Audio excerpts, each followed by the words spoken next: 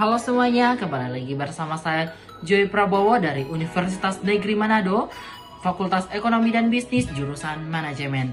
Nah, pada saat ini saya akan membahas tentang studi kelayakan bisnis, so jangan sampai ketinggalan. Stay tune. Oke, untuk pokok pembahasan hari ini, yang pertama, pengertian studi kelayakan bisnis, yang kedua, tujuan studi kelayakan bisnis, yang ketiga, aspek-aspek studi kelayakan bisnis, yang keempat, manfaat studi kelayakan bisnis, yang kelima, contoh penerapan studi kelayakan bisnis, dan yang keenam, kesimpulan. Kita masuk ke dalam pokok pembahasan yang pertama, yaitu pengertian studi kelayakan bisnis.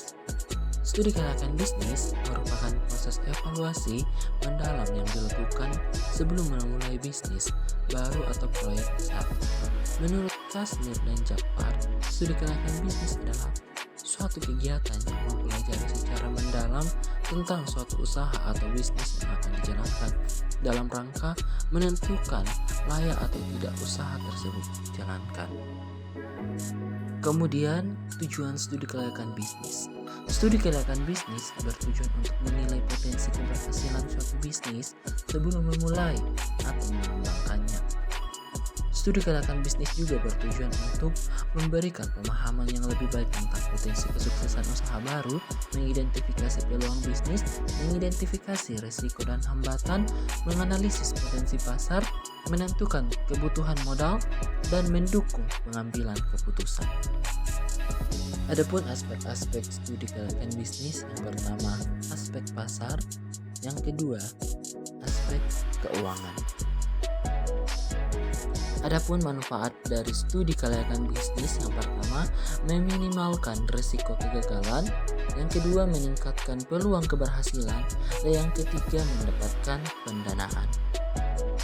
Adapun contoh penerapan studi kelayakan bisnis, di mana studi kelayakan bisnis dapat diterapkan pada berbagai jenis bisnis seperti bisnis retail, bisnis manufaktur, bisnis jasa, dan juga bisnis online.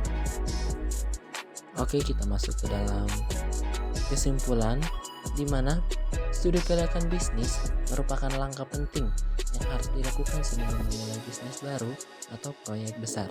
Dengan melakukan studi kelayakan bisnis yang komprehensif, kita dapat meningkatkan peluang keberhasilan bisnis yang kita jalankan dan dapat meminimalkan risiko kegagalan.